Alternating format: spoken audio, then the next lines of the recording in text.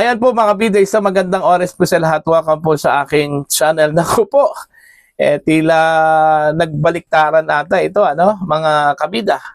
Kasi nung una, mayroon pong napabalita po, na 5 mga senador mula majority block ang lumipat sana dun ho sa minority, para iupo ito hong si Senator Loren Legarda bilang bagong Senate President po, mga kabida. Kapalit po dito ho kay Senate President Tito Soto no Miyerkules. Kaso lang po naunsami yung kudita na i-stage sana mga kabida ng minority block. Okay? Ngayon, matapos pong pumalpak yung kudita, ngayon, meron pong inilutang po ito hong si Soto na meron daw 2 hanggang 3 senador, This time, mula sa minority naman, mga kabida, ang nakatakdang lilipat po sa majority block. Nako po, sino-sino kaya itong mga senador na ito? Ito hong mga senador na ito ay tinaguriang pong mga Duterte Senators, mga kabida, o DDS Senators. Alright? Eto, babasahin ko lang po ito hong article ng Ang Bilyonaryo News Channel, Senate President Vicente Tito Soto III on Friday said that 2 or 3 senators from the minority could possibly join the 15-member majority block. Okay, ito yung sinabi po ni Senator Soto po, mga kabida. Do not discount the possibility, of course, that 2 or 3 members of the minority would like to join the majority, the so-called majority, if ever. Soto said during the Billionaire News Channel's On Point program. Because we're friends with everybody, we talk with each other, we know the intentions of others. We know the advocacies of others, he added. Soto clarified that they do not strictly refer to themselves as a majority, but rather as a group that shares the same advocacy. Okay? For example, if there are members of the minority who support us on issue of the West Philippine Sea, on the issue of China, there could be an advocacy where they will be more than 15 of us, the Senate chief explained. The highly contentious Senate Resolution number 256, which condemns a public statement issued by the Chinese embassy, revealed a slight crackdown between the 2 blocks, with Minority Senator Jinggoy Estrada signing the measure while Majority Senator Pia Cayetano declined to do so. Soto did not name any senators who could potentially join the bloc. He also stressed that such a shift is not yet certain. Ayan.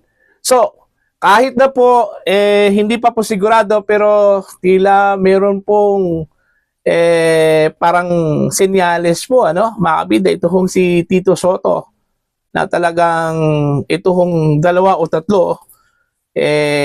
pipila ata papuntang majority block po, mga kabida.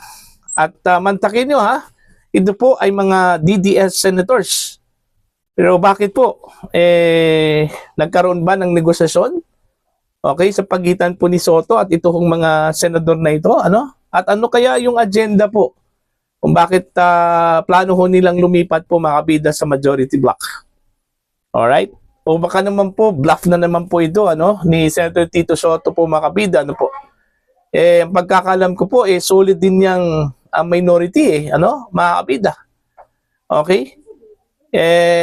Ang nandyan po sa minority, Robin Padilla, Bongo, Senator Bato de la Rosa, Yan po si Marcoleta, okay? Si Amy Marcos, ayan. Chis Escudero, Joel Villanueva, Jinggoy Estrada, mga kabida. Okay? Sino pa? O, 9 na po sila lahat, di ba? O, wala ko kung nakikitang mag-traitor dyan sa kanila, po, mga kabida. Okay? Meron kayang, posible kayang bluff lang po yun ni Senator Tito Soto, mga kabida, to get back doon sa minority na muntik na po siyang tinanggalan po ng posisyon dyan po sa Senado, last Wednesday. Kaso lang, yung 5 daw mga kabida na miyembro po ng majority na nag-agree na sana, okay, na to join forces with minority bloc, bigla hong umatras daw. Matapos pong nalaman nila mga kabida, na gusto hong ipasok o italaga bilang bagong chairman ng Senate Blue Ribbon Committee ni Senator Alan Peter Cayetano, ito hong si Senator Rodante Marcoleta. Ayaw ho nila kay Marcoleta po, mga kabida, kaya yon bigla daw umatras ito hong mga senador na ito. At yon, hindi po natuloy yung takeover sana ni Senator Loren Legarda, mga kabida, bilang bagong Senate President. Okay? Buti po, mga kabida, ito hong majority, nakakita agad ng strategy. Okay? Biglang nag-offer po ng term sharing, kay Senator Loren Legarda para yung mga pro-Loren na mga senators, mga kabida, yung loyal sa kanya, wala na pong chance sa mga kabida na lumipat po doon ho sa kabila. Okay? Tandaan po natin, para makuha mo yung majority block o majority dyan sa Senado, mga kabida, kailangan mo ng 13 senators. And since itong minority, meron po silang 9 members sa minority block, mga kabida, kulang na lang po sila ng 4. Tama po, yung 5. At least, magkaroon sana ng 14 members. Okay, ito hong minority block po, mga kabida, kung sakaling natuloy po, ito hong 5 mga senador na loyal kay Senator Loren Legarda, mga kabida, po. Okay? So, abangan po natin. Okay, at alamin po natin kung sino-sino itong 2 o 3 mga senador po, mga kabida, na sinasabi po ni Senator Tito Sotto na lilipat daw sa kanilang hanay, mga kabida. O baka naman po kung totoo man po na ito pong 3 o 2 o 3 ililipat po sa kanila, baka pre-measure po. Okay? Ang pagkakalam ko lang dyan, mga kabida, na mayroong leverage, mga kabida, ito kong majority. Kasi alam naman po natin, ang majority po kampi po ng administrasyon, mga kabida. Ito hong si Joel Villanueva, ito hong si Chis Escudero, Jinggoy Estrada, mga kabida. At ang common denominator ng 3 ito, yung possible cases po, na isasampa laban sa kanila, po, mga kabida. Okay? Kung nakita ho ninyo yung nag-leak na dokumento mula sa Blue Ribbon Committee, inirekomenda po ito hong 3 mga senador na sasampahan po ng kasong plunder. Dahil ho sa kaugnayan po daw nila, mga kabida, doon ho sa issue po ng corruption sa flood control projects. Okay? Now, kung gagamitin ito bilang leverage ng majority, mga kabida, posible po, na lilipat ito kung 3 mga senador, mga kabida, para lang po, posible tanggalin yung kanilang pangalan po doon ho sa, doon sa recommendation po, ng Senate Blue Ribbon Committee, po, mga kabida. Okay? Kasi may bulong-bulungan kasi, kaya nag-withdraw daw itong si Mig Zubiri, JB Ejercito, at saka itong si anong tawag dito? Nakalimutan ko yung isang senador, mga kabida, winidraw nila yung kanilang pirma dahil daw dito sa inclusion ng 3 mga senador na sasampahan po ng kaso, mga kabida. Okay? So, abangan po natin yan kasi medyo mas gumaganda yung takbo dyan sa Senado, yung drama sa Senado, po, mga kabida, Okay?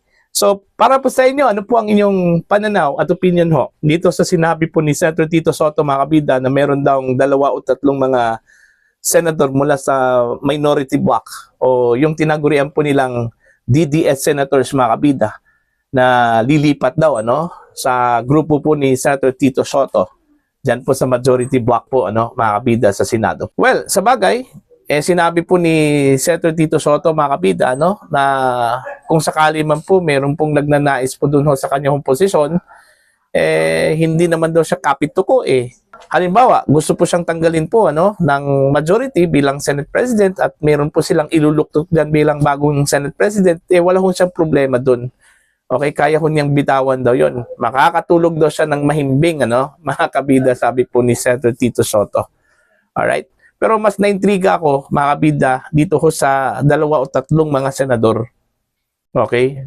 Pero ang pakiramdam ko lang po, ano, mga kabida, baka naman po ito kung si Cheese, Jinggoy, at saka ito kung si Joel Villanueva po, ano, mga kabida, dahil yun yung pinag-usapan po ng majority block yung kanilang inclusion dun ho sa initial report po ng Senate Blue Ribbon Committee, ano, mga kabida. Okay? May mga senador na ayaw hong isama itong 3 doon ho sa report po ng Blue Ribbon, ano, mga kabida.